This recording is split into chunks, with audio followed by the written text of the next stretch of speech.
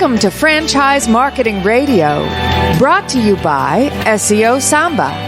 Comprehensive high-performing marketing solutions for mature and emerging franchise brands. To supercharge your franchise marketing, go to SEOSamba.com. That's SEOSAMBA.com.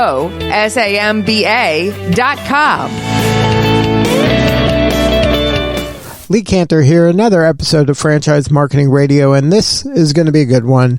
Today on the show, we have Joshua Malik, and he's with Joshua Tree Experts. Welcome. Hey, Lee. Thanks for having me on, brother. I am so excited to learn what you're up to. Tell us a little bit about Joshua Tree Experts. How you serving folks? We continue to be in the tree sector, lawn care and pest control. That involves doing pruning, removal of tree, insect and disease management, spraying trees and shrubs, fertilizing. We also have a department that does complete lawn care applications, fertilizer, weed control, aeration, and spraying. We do indoor-outdoor pest control along with mosquito, flea, and tick. So is this kind of a recession-proof industry? Because some of it has to do with kind of safety, and these are must-have kind of needs that you're kind of dealing with. Has that been the case? Yeah, our mantra of making home environments safe, healthy, and beautiful, even through the recession, our target demographic type person, they want to continue to beautify their home. They definitely don't want to have any incidents in regards to safety. A lot of them have, younger kids themselves, maybe they're elderly. They need to have the type of work done that we service. So we've proven over the years, the green industry alone, and when I say green industry, that's what those three services fall under. They have been proven to be recession-proof. As we were an essential business during COVID, we continue to grow and build our brand during this recession. Now, what about kind of the ability to attract franchisees? Has that been growing as well? It has been. I think there's been some issues in that sector all along, only because of recession and people holding on to money and some things that are happening in the market. We continue to gain tons of traction in the different states that we're gaining. Those are the ones that we're actually doing a lot of marketing in to continue to gain interest. Now, any advice for emerging franchisors out there when it comes to attracting the right franchisee? Is there anything you've learned? Have you cracked the code on how to find a pipeline for these folks? Man, I wish there was a code to crack on that. I think working with the right marketing firm, identifying that type of persona that you want in a franchisee, working with the right broker groups and having the right person represent you that can really weed out the people that aren't going to fit your values and culture is probably going to be the most important thing. I think you're going to see a wide variety of people that can come through that maybe are trying to chase a pipe dream with little effort involved in it. And you're going to have those other people that are going to fit your values and really become that brand ambassador for you and represent the brand in the way that you expect them to do it. Now, have you figured out a way to kind of sort out those two? I think it's through, I like doing like this profile testing, finding out, what their personality is like and really finding out what their values are and what attracted them to their brand to begin with. I think it's really important to know when people want to join your brand and they really want to expand with you, why is it them, why is it now, and why is it your brand? I think those are really important parts to cover. Now, are your franchisees having a difficult time with employees? Because I know a lot of the country is struggling in that space. A good recruiting effort is really important. Attracting the right people by being able to understand what your vision is, communicate that vision, providing a clear career path for coworkers is important. That's what we noticed is very effective in recruiting employees for Joshua Tree. We have a really good, we allocate funds just like marketing funds. We allocate funds to recruiting because we know it's an ongoing effort. So keeping that door open at all times, and when you see the right person, make it happen. So now where are you at from a number standpoint? How many franchises do you have going on right now? We have 5 total units in place right now, and we have about 24 in the pipeline that we're working with. Have you been focusing on a certain part of the country? We like to start regionally, where we're focusing more in the Pennsylvania. I'm in the Lehigh Valley, the north east of Philadelphia area is where we emerged.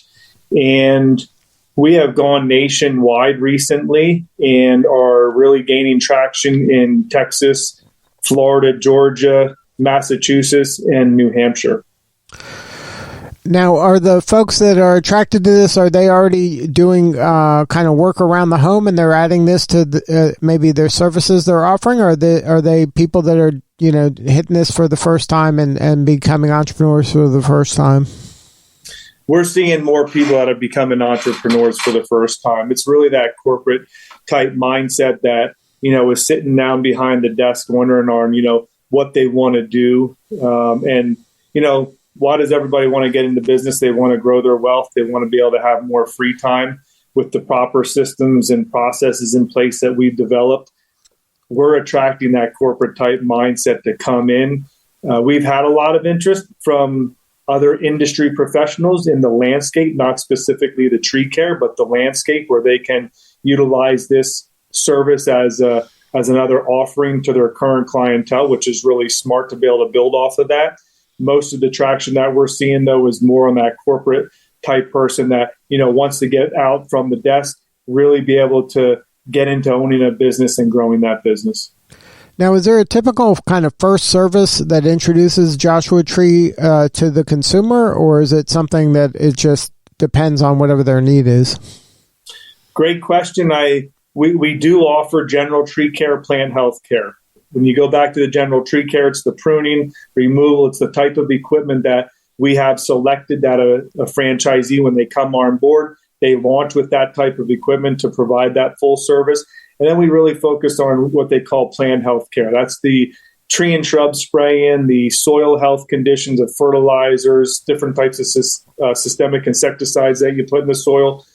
We like to focus on that because that's the recurring revenue. We know the type of value of what recurring revenue does year over year.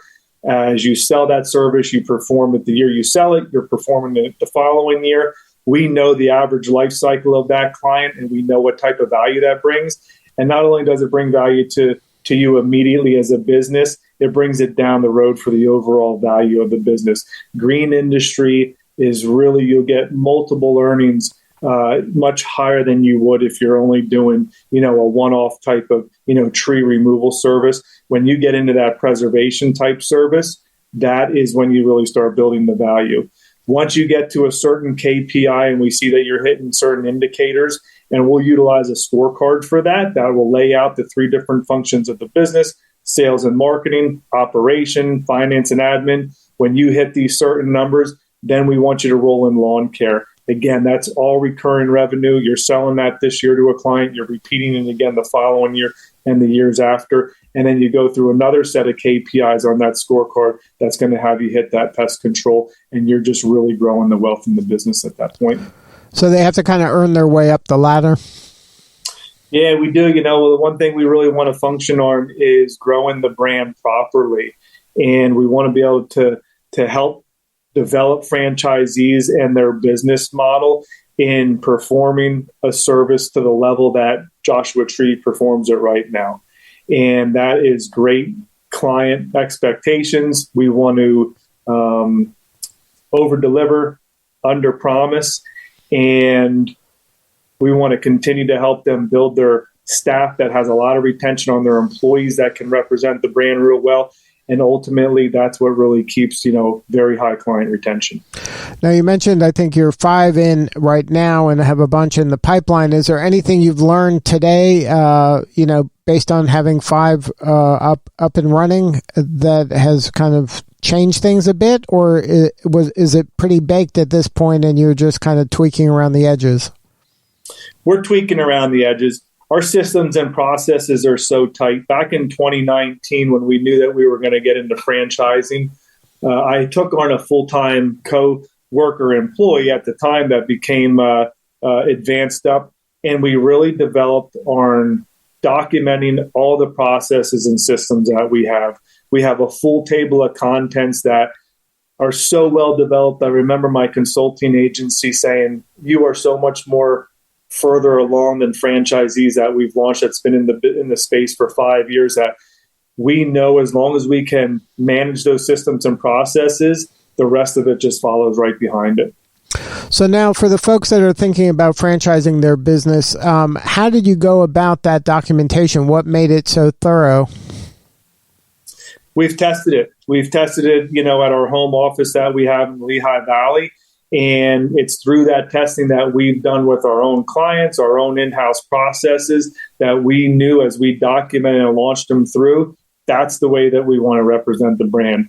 When I talk about managing those systems, it's going back and tweaking them just so lightly when we see improvement and we see a little bit of an issue there. We want to identify that issue. We want to discuss it. We want to solve it. We want to improve that system, and then we want to re-roll it back out.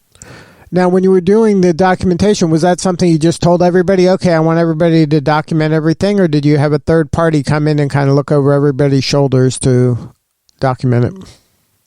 No, we knew, and we talked about providing this for the Joshua Tree experts and going down this path. When I decided to franchise, it wasn't a very quick decision.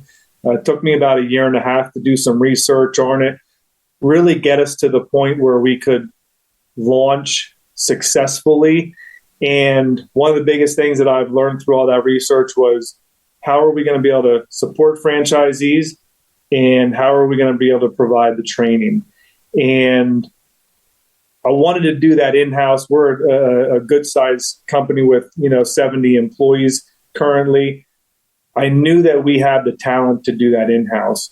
One thing I really believe in is developing, providing professional development for my coworkers right now and moving up within the company. And this was a position where, this one individual had a very unique ability on identifying and documenting, putting it on paper in a way that could be organized and understood. And we ran with it in-house. And I got to be honest, I wouldn't have done it any other way. So what do you need more of? How can we help? Well, I'll tell you what, if there's anything that I've ever learned in here, it's sticking to, your own thought processes. Being a trailblazer, I think within this industry, you can get a lot of static from a lot of different folks, which isn't bad, but it can really confuse you on making some very, very important decisions. I probably would have started the marketing content much earlier than I did, waiting until I was completely done and ready to launch, because marketing in this sector does take a little bit to start getting some traction. So those are some of the things that I have learned in my short stint so far. So what's next? Are you focusing on certain regions now, or the world's your oyster? You'll take on all comers?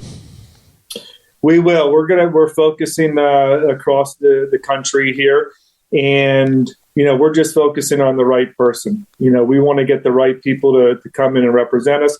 We want them to be very goal oriented. We want them to have high emotional intelligence. Everything from communicating with us to communicating to their employees and coworkers and vendors are really important. So as we continue to grow, we want to continue to represent the brand the best that we can in our own region. We want to be able to say, hey, follow the system with what we're doing, see how successful we are at the home office, and you can just be as successful yourself. Now, it says tree experts in the name, but you need kind of people experts to be the franchisees, right? This is a people business, not necessarily a tree business. It is, and I think anybody that's a business owner, gets to the point where they might comment to say they're in the people business and not within the business sector that they're actually in. Developing people is really important to me, and being able to identify the right people that you want to work with. One of the biggest things that you have as a boss, as an owner, is you get to pick the people that you work with. You get to hire them, you get to terminate them. Ultimately, though, it is up to you to be able to pick on who you work with. And when you can identify, and that's part of our training, identifying the right people, being able to have those recruiting efforts in there that are going to allow you to grow, allow them to do their job properly and help you continue to work on the business, not in the business. that's the developing that, we want to provide and we want to be able to teach people. So if somebody wants to learn more, what's the website?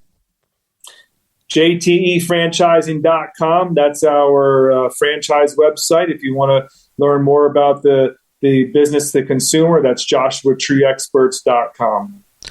Well, Joshua, thank you so much for sharing your story today. You're doing important work, and we appreciate you. Lee, I appreciate the time, man. You have a good day, brother. All right, this is Lee Cantor. We'll see you next time on Franchise Marketing Radio.